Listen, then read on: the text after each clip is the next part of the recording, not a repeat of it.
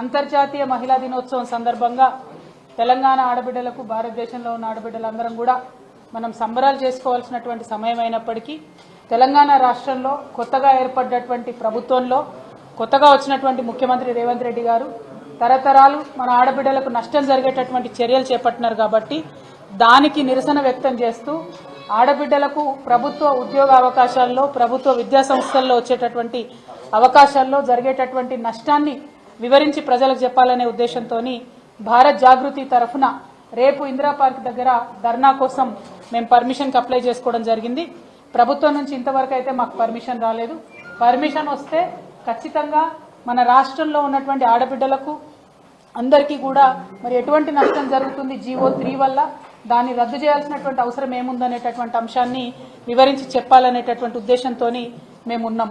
మరి జీవో 3 అనేటటువంటిది మహిళలకు వచ్చేటటువంటి 33% ఉద్యోగ అవకాశాలను ప్రభుత్వ ఉద్యోగాల్లో దెబ్బతీసేటటువంటి అంశం. దాని గురించి అడిగినప్పుడు గౌరవ రాష్ట్ర ముఖ్యమంత్రి రేవంత్ రెడ్డి గారు మరి కోర్టులు ఎట్లా చెప్తే అట్లా నడుచుకుంటామని చెప్పి చేతులు దులుపుకునే ప్రయత్నం చేస్తూ ఉన్నారు. మేము అడుగుతా ఉన్నాం, అయ్యా ముఖ్యమంత్రి గారు, మీ ఓటుకునే నోటు కేసు కూడా మరి కోర్టులు ఎట్లా చెప్తే అట్లా ఒప్పుకొని మీరు వదిలేస్తారా? ఆడబిడ్డల విషయంలో ఇంత అన్యాయం ఎందుకు? ఓటుకు నోటు కేసులో మీరు బోలెడంత మంది లాయర్లను పెట్టుకొని ఇప్పుడైతే అదే లాయర్లను ప్రభుత్వంలో ప్లీడర్లుగా చేసుకొని ప్రభుత్వం ధనంతోనే మీ సొంత కేసులు మీరు కొట్లాడుతూ ఉన్నారే. మరి ఆడబిడ్డల కోసం కేసీఆర్ గారు సంవత్సర కాలం కొట్లాడినటువంటి కేసుని మీరు అధికారంలోకి రాగానే ఆఘమేఘాల మీద వెనక్కి తీసుకొని కొత్త జీవోని ఎందుకు ఇచ్చినారు? ఎందుకు తరతరాలుగా మా ఆడబిడ్డలు నష్టం జరిగే విధంగా మీరు ఈ నిర్ణయం తీసుకున్నారు? ప్రభుత్వం నుండి నిన్న ఒక చిన్న రిజైండర్ ఇచ్చి వదిలేసినారు. కానీ ప్రభుత్వ సంస్థ చెప్పినట్టుగా women and child welfare department చెప్పినట్టుగా అంత ఈజీ అంశం కాదది. నిన్నగాక మొన్న వచ్చినటువంటి గురుకులాల్లో కూడా 12%కు మించి రిజర్వేషన్ మీరు ఆడబిడ్డలకు ఇవ్వలేకపోవడం అన్నదే పెద్ద రుజువు. జీవో 3 అనేటటువంటిది తీరని నష్టం ఆడబిడ్డలకు చేస్తుంది కాబట్టి దాన్ని తక్షణమే వెనక్కి తీసుకోవాలనే డిమాండ్ని మేము చేస్తూ ఉన్నాం. రెండవ అంశం, 3 నెలల్లో 30,000 ఉద్యోగాలు ఇచ్చామని చెప్పి మీరు చెప్పడం జరిగింది. కానీ ఈ 30,000 ఉద్యోగాలు కూడా మరి కేసీఆర్ గారు ఉన్న సమయంలోనే నోటిఫికేషన్ లేచి పరీక్షలు నిర్వహించి రిజల్ట్స్ ఇచ్చినటువంటి అంశాన్ని మీరు గమనించాలి. మరి వచ్చినటువంటి రిజల్ట్ ఇవన్నీ కూడా జీవో 3 కన్నా ముందే వచ్చినాయి. కానీ వాటికి మీరు జీవో 3 అప్లై చేస్తూ పాత ఉద్యోగాలలో కూడా మహిళలకు అన్యాయం చేసే ప్రయత్నం చేస్తూ ఉన్నారు. ఇది చాలా దారుణమైన విషయాన్ని నేను తెలంగాణ బిడ్డలందరూ కూడా తెలియజేస్తా ఉన్నాం. మరి అదేవిధంగా ఇవాళ కరువు వచ్చింది, ఎవరు కూడా సాగునీళ్లు తాగునీళ్లు అడగొద్దని చెప్పి ముఖ్యమంత్రి గారు అన్నట్టుగా అన్ని ప్రధాన పత్రికలలో కూడా ఇవాళ రావడం జరిగింది. ఇది కరువు కాదు. కాళేశ్వరం ప్రాజెక్టుని బద్నాం చేయాలి, కేసీఆర్ గారిని బద్నాం చేయాలి అనేటటువంటి ఉద్దేశంతో రాష్ట్ర ముఖ్యమంత్రి రేవంత్ రెడ్డి గారు సృష్టించినటువంటి కృత్రిమమైనటువంటి కరువు ఇది అని చెప్పి ఇవాళ మేము ప్రజలందరికీ తెలియజేస్తా ఉన్నాం. మీకు అనుభవ రాహిత్యం ఉంది, మీకు అవగాహన రాహిత్యం ఉంది కాబట్టే కాళేశ్వరం నుంచి మీరు చెరువులు నింపలేకపోయినరు, కాలువలు నింపలేకపోయినరు, నీళ్లు ఇవ్వలేకపోతా ఉన్నారు. ఈ నెపమంతా కూడా మీరు ప్రకృతి వైపరీత్యం అని చెప్తా ఉన్నారు. అది తప్పు. తెలంగాణ రైతు ఎన్నడూ కూడా మొగులకు ముఖం పెట్టి ఎదురు చూడకుండా ఉండాలని చెప్పే కాళేశ్వరం కట్టుకున్నాం. అందులో చిన్న సమస్య ఏదన్నా ఉంటే దాన్ని రిపేర్ చేయండి, దాన్ని ఎంక్వైరీ చేయండి. మీరు పొలిటికల్గా కక్ష సాధింపు చర్యలు తర్వాత చేయండి. కానీ ఇవాళ పొలాలు ఎండబెట్టడం, రైతులకు అన్యాయం చేయడం అన్నది మాత్రం చాలా దారుణం. కాళేశ్వరం నీళ్లను ఎట్లా వినియోగం చేసుకోవాలో మీకు తెలియనటువంటి అనుభవ రాహిత్యంతో తెలంగాణ ప్రజలు, రైతులు తీవ్రంగా నష్టపోతున్న విషయాన్ని ప్రజల దృష్టికి మరొకసారి తీసుకొస్తా ఉన్నాం. అదేవిధంగా ఎంతసేపు పొలిటికల్ అంశాలు తప్పితే ఇంకొక అంశం ముఖ్యమంత్రి గారు మాట్లాడతలేరు. ప్రజలు, అభ్యున్నతి, అభివృద్ధి, రాష్ట్రము, ప్రగతి, ఈ విషయాలన్నీ పక్కన పెట్టి ఎంతసేపు పార్లమెంట్ ఎన్నికల నేపథ్యంలోనే ముఖ్యమంత్రి గారు మాట్లాడుతూ ఉన్నారు. మరి ఈ నేపథ్యంలోనే ముఖ్యమంత్రి గారిని ప్రశ్నిస్తూ ఉన్నాం. 4 సౌత్ ఇండియన్ స్టేట్స్ ఢిల్లీలో ధర్నా పెడితే, కేరళ నుంచి ధర్నా పెట్టి బీజేపీని ప్రశ్నిస్తే ఎక్కడ కూడా మన ముఖ్యమంత్రి గారు మాట్లాడలేదు. కర్ణాటకలో వాళ్ళ కాంగ్రెస్ ప్రభుత్వమే ఉంది, వీళ్ళు ఢిల్లీకి పోయి ధర్నా చేసినా కూడా ఆనాడు మాట్లాడలేదు.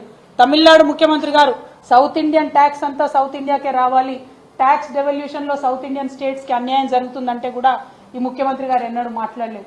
అన్నిటికన్నా ఎక్కువ మొన్న బడ్జెట్ లో మన రాష్ట్రానికి ₹1 రాకపోయినా కూడా ప్రధానమంత్రి గారి మీద ఈ ముఖ్యమంత్రి గారు మాట్లాడలేదు. మీరు పొలిటికల్ గా రాష్ట్రానికి అన్యాయం చేస్తున్నారు, అవగాహన లేక రైతులకు పొలాలు ఎండబెడతా ఉన్నారు. చాలా దారుణమైనటువంటి ఒక మహిళలంటే నిర్లక్ష్య వైఖరితోని మహిళలకు ప్రభుత్వ ఉద్యోగ అవకాశాల్లో గండి కొడతా ఉన్నారు. మరి ఈ వైఖరిని అంతా కూడా మేము ప్రజల ముందు స్పష్టంగా ఎత్తి చూపుతాం.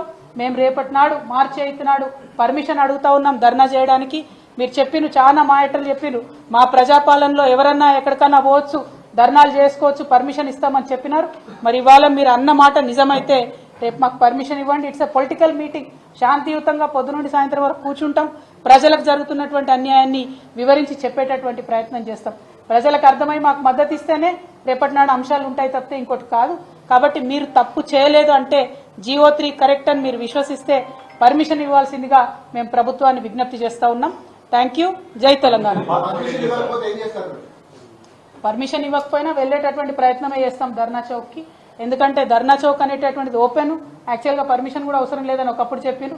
కానీ ఇవాళ పర్మిషన్ ఇవ్వకపోతే నిన్న భవ్య వైష్ణవి పాప వాళ్ళు చనిపోయినటువంటి వాళ్ళ తల్లిదండ్రులను కూడా కసాయి ప్రభుత్వం గొర్రెలు ఈడ్చేసినటువంటి వైఖరిని మనం చూసినాం. మరి మేమేదో పొలిటికల్గా స్టంట్ చేసి డ్రామా చేసి ఇందిరా పార్క్ దగ్గరకు పోయి అరెస్ట్ అవ్వాలనుకుంటలేము. మీరు ధైర్యం ఉంటే పర్మిషన్ ఇవ్వండి, అక్కడ కూర్చుంటాం, మార్నింగ్ 11 to ఈవినింగ్ 4 కూర్చుంటాం, విస్తారంగా ప్రజలకు వివరించి చెప్పేటటువంటి ప్రయత్నం చేస్తాం. పొలిటికల్ ఎరీనాలో ఫ్రీడమ్ ఆఫ్ స్పీచ్ ఉంటుందని చెప్పి మీరు వచ్చినారు కాబట్టి మీరు అడిగిందే మేము మిమ్మల్ని అడుగుతా ఉన్నాం. రేపు భారత్ జాగృతికి ధర్నాకి పర్మిషన్ ఇవ్వవలసిందిగా మరొకసారి ప్రభుత్వాన్ని డిమాండ్ చేస్తాం.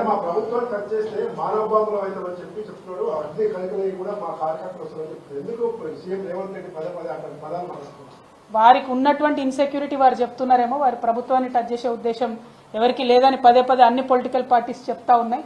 అయినప్పటికీ ఒక ప్రతిపక్ష నాయకుడు మాట్లాడినట్టు దారుణాతిదారుణమైనటువంటి పదజాలంతో గౌరవ కేసీఆర్ గారిని అనేక సార్లు ఏకవచనంతో సంబోధించడం, ప్రతిపక్ష నాయకులందరినీ కూడా అంతు చూస్తామని చెప్పి ఒక కాన్స్టిట్యూషన్ పొజిషన్లో ఉన్నటువంటి వ్యక్తి పదే బెదిరించడం, ఇవన్నీ కూడా అమానవీయమైనటువంటి చర్యలు, అప్రజాస్వామికమైనటువంటి చర్యలు.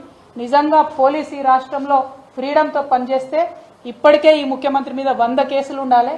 కానీ అమాయకుల మీద కేసులు పెడతా ఉన్నారు, ప్రభుత్వ పెద్దలు బెదిరిస్తా ఉన్నారు. ఇది తెలంగాణలో ఇవాళ ఉన్నటువంటి ప్రజాస్వామ్యం అనేటటువంటి అంశాన్ని ప్రజలు గమనించాలని కోరుతా ఉన్నాను. Thank you.